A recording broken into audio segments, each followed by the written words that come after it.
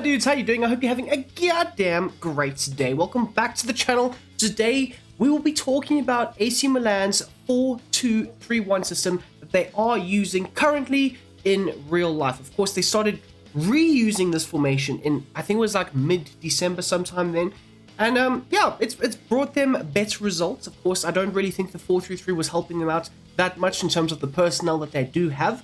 And I do think that with the double pivots in front of the back four, it does protect them quite a bit, and it allows the two fullbacks to bomb on nice and high up the field at a time. So it provides a whole lot of good things for the side. If you guys don't mind hitting that like button down below, subscribing if you are new, and of course commenting down below, that would be absolutely goddamn fantastic.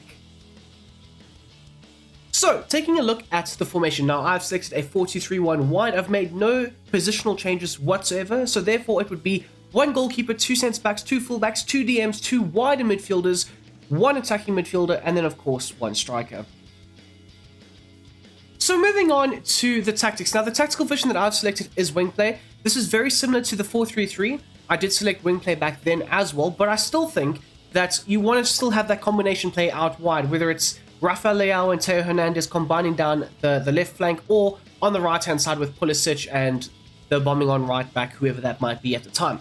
So you still want to have that combination play out wide, putting the opposition into those wider channels, opening up space for a Giroud, an Okafor, a Jovic as well. You want to try and open up as much space more centrally for those attackers. And of course, let's not forget Ruben Loftus-Cheek, who has pretty much been in some insane, scintillating form.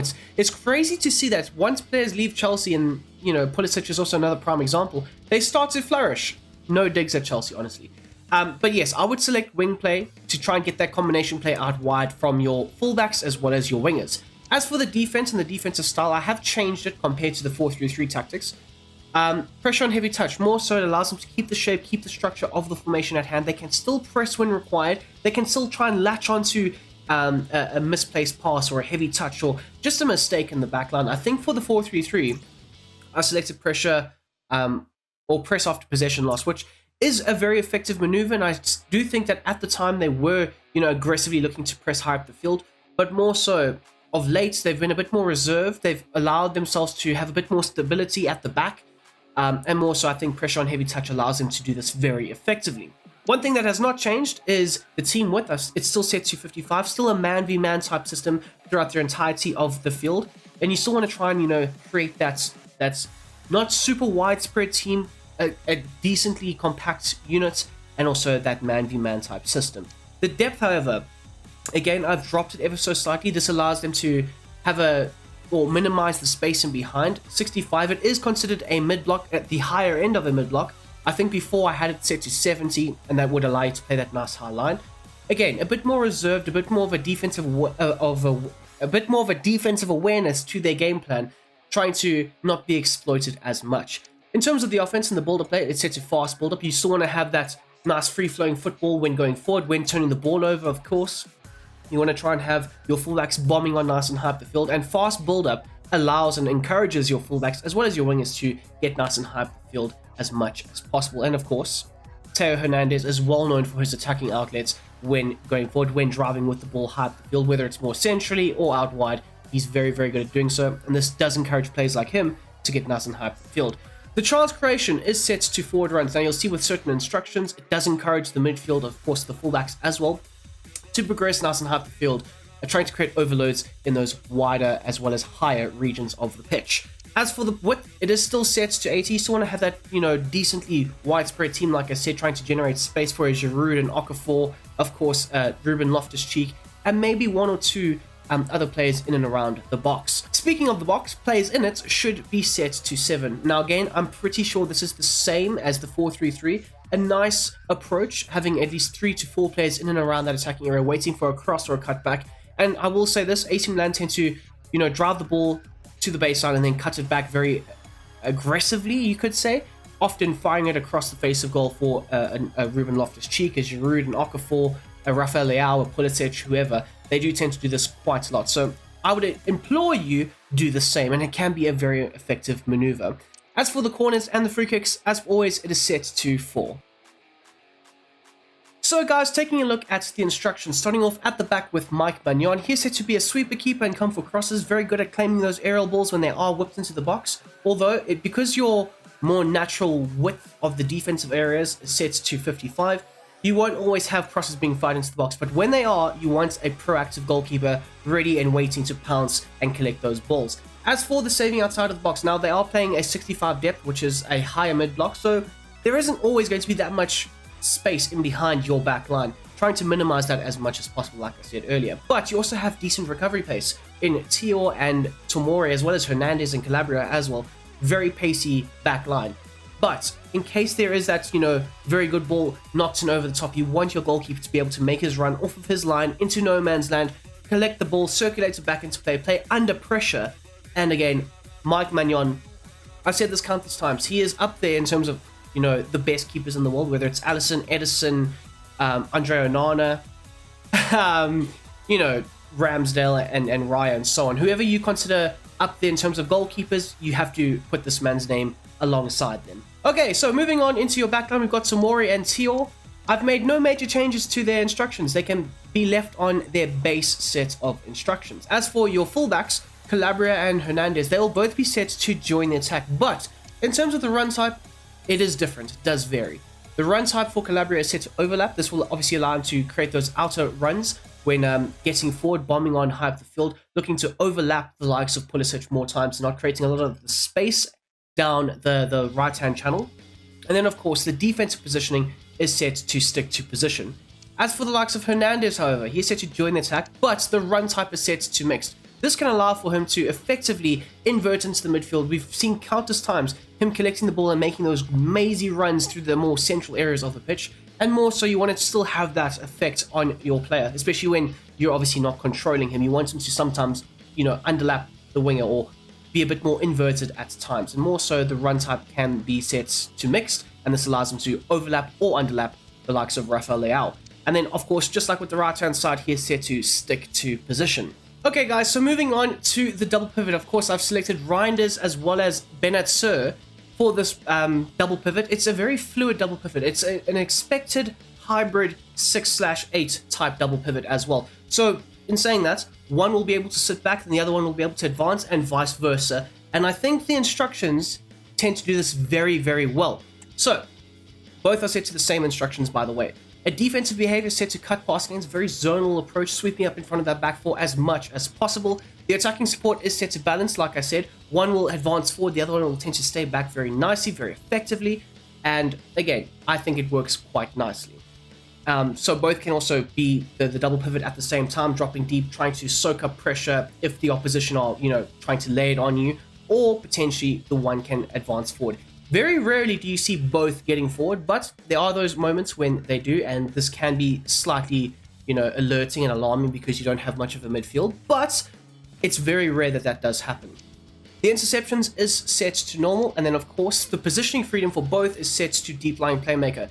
When, building out from the back with the goalkeeper restarts and whatnot, you want your 2 6s/8s to be able to drop a bit deeper, pop up in the little half spaces, and of course collect the ball off of the back line or the goalkeeper and look to progress it forward into the midfield. And then finally, of course, the positioning freedom is set to cover the wing, allowing them to drift into those wider channels, try and, cover for the fullbacks if they are not all the way back yet, and of course, make sure that defensively wise, your team is very much solid and kept in check. So as you'll see here, for the likes of Reinders, he's got the same role and same instructions as well. Onto the likes of Ruben Loftus-Cheek now. He's set to come back on defense, get into the box, which we have seen quite a bit. He does tend to make those runs into the more attacking areas at times. And to be fair, he's using his physicality and his size to Milan's advantage, winning multiple, aerial duels, scoring headers, just arriving in the box at the right moment in time to obviously, put the ball in the back of the net. So you want him to be able to break into the box as much as possible. The positioning freedom, however, is set to stick to position. You don't really need to change too much about that. And then, of course, the interceptions is set to aggressive, allowing him to try and, press and probe and maybe force an error at the back for the opposition. And more or less playing into the hands of your counter-attack or counter-press that you're looking to implement. So moving out wide now to your left and your right midfield. So basically, Leao and Pulisic have very different roles. For Leao, I've set him to basic for everything. So there's no major changes for that. And to be fair, I think it replicates his real life role very, very nicely. A basic defensive support allows him to sometimes drop a bit deeper, other times hang up the field. Of course, a transcreation set to a balanced width allows him to hug the touchlines, or sometimes cut inside and pop off shots for himself, allowing for the likes of Teo Hernandez to bomb down that left flank. Of course, also with the support runs being set to balanced, it allows him to sometimes, yes, drop a bit short, drop into the midfield, combine very well and very nicely with those midfield players. At the same time, he can also be a bit more of a target man, backing into the opposition fullback, linking up play very nicely with the underlapping Hernandez if needed or if required, or if he is doing that. And at the same time as well, he can also look to use his pace and get in behind very effectively. And then, of course, with the interceptions, he doesn't overly press or aggressively intend to press the opposition's backline. So therefore, I think normal is best, as well as the support on crosses. He's very balanced when it comes to making those runs into the box. Sometimes he can do it, other times he can hang a bit further back, wait on the edge of the box, wait to maybe facilitate and create a bit more. So again, I think a balanced approach reflects and suits a realistic Rafael Leao set of tactics. Onto your opposite wing now, of course, the right midfield. Pulisic has a very different role. He's set to come back on defense, consistently looking to try and hold back with the likes of Calabria. The chance creation is also set to a balance width, allowing him to sometimes hug the touchline, other times cut inside himself. But most importantly, Pulisic's pace is a necessity. Pulisic or Chukwueze, they are both very good at making those runs in behind, looking for that long ball over the top or that very good switch of play as well. And then, of course, the interceptions is set to aggressive, looking to press and probe the opposition's backline very nicely and maybe force an error or two. And then, of course, just like with Leao, the right midfielder is not always prone to being able to get into the box, or he's not always going to stay on the edge of the area. A bit of a mixed variety, you could say. So moving on to your strike, of course, you've got the likes of Olivier Giroud. So for his role versus the role of Okafor, it's very different.